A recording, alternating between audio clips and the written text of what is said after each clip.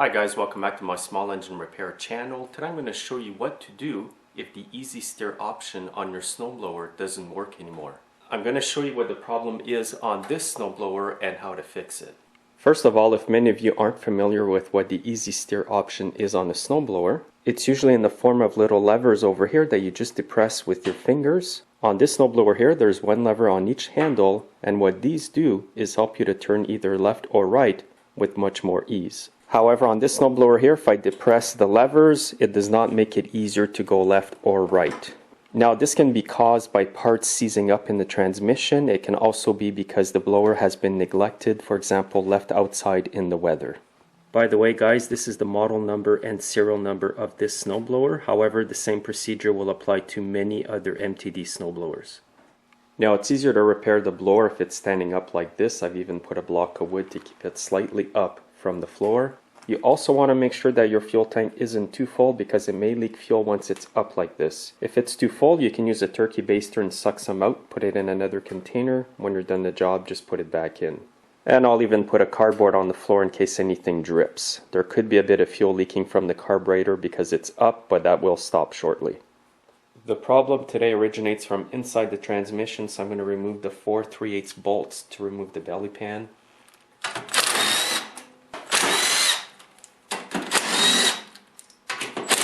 Now all you have to do is pull on the cover to remove it. Now the problem is situated in the axle of the wheels. The actual axle of the wheels is not a complete shaft. It actually separates in here inside this tube. Therefore, when you use the easy steer, all of this is supposed to turn inside here. As you can see, there's a lot of rust here. This blower was left outside. And because of that, this tube on top here is fused to the 2 drive shafts that hold the wheels. What I'm going to start by doing is putting a rag down here and spraying penetrating oil in here. I want it to get inside here and hopefully in the shaft. Now I need to remove this plastic bushing here. And there's also one on this side too. Like I mentioned earlier, these 2 shafts have to be turning freely inside of this tube here. So what I'm going to have to do is put some heat to this part to free them up.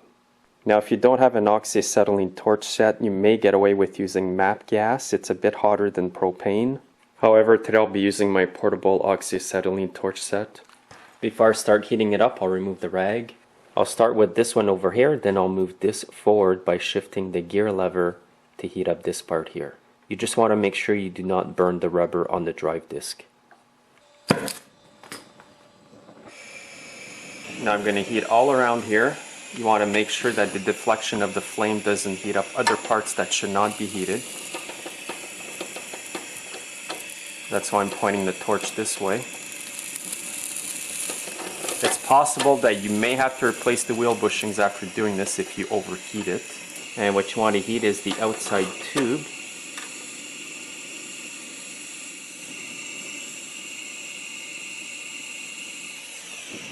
What I've done here is tie wrapped each easy steer lever on each handle. This will make it easier to turn each wheel separately. Now right after heating it, what I've done is put a pipe wrench and I'm going to turn the wheel.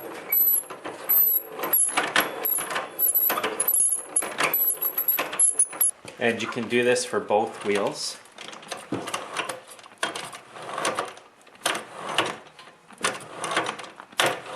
Now I'm going to add some oil. Make sure you do not breathe these fumes in and make sure your shop is well ventilated. And now it's getting loose.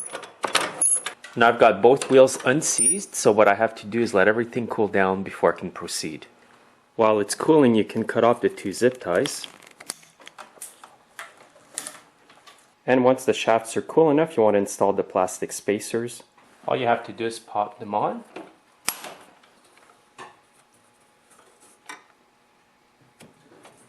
Now you'll need to clean both discs here of any oil residue. I've got a clean rag with straight gas. Again, be very careful when you use straight gas like this. And I'm going to wipe this disc very well. This disc here could actually be sanded with a 400 grit sandpaper. And you can see all the dirt and oil that came off those parts. And while I'm at it, I'm just going to use a 400 grit sandpaper to just slightly polish it.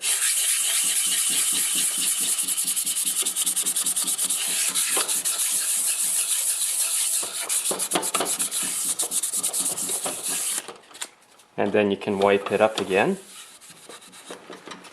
Move the gear shifter. Then you can reach on this side. By doing this, it's going to make the rubber disc grab a lot better on the aluminum disc over here. So your traction is going to be better overall after doing this.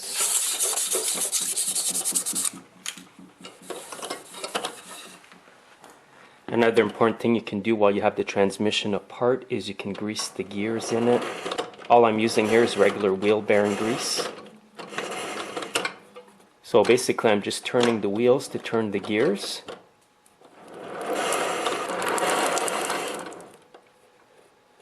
And just repeat the process on this side. You don't want to put too much grease because if any gets on the discs over here, your transmission is going to slip. Now there's also little bearings inside this gear here. The best way to lube that is to use chain lube. Put a rag underneath and just spray a little bit. It's going to get right inside where the needle bearings are.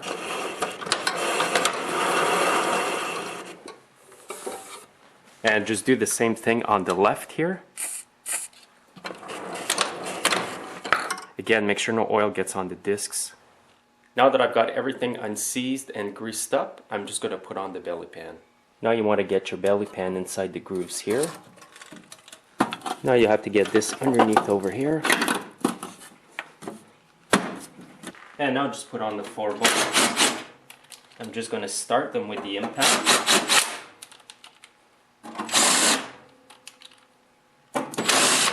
And I'm just going to finish them off by hand.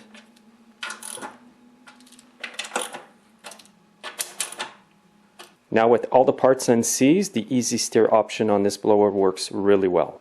So if I press down the lever on this side, it's easy to turn the blower. As you can see, one wheel stops turning. And it's the same on this side. It makes it a lot easier to turn the snowblower when you're actually blowing your driveway. It just basically stops the 2 wheels from being locked together. And now without using the easy steer, you can see that both wheels are locked together, so it's much harder to turn it around. Now if the easy steer won't work on your snowblower, it may not necessarily always be the problem I fixed today. You can start by checking the cables that go to the levers on the handles to make sure they're not snapped. Also the planetary gears inside, they can get seized up as well and cause an issue. But for today, you saw one way to repair the easy steer function on your snowblower if the parts are seized. Thanks for watching, guys. Make sure to follow me on Facebook, Google+, Twitter, and Instagram. The links are underneath the video today, and have yourselves a great day.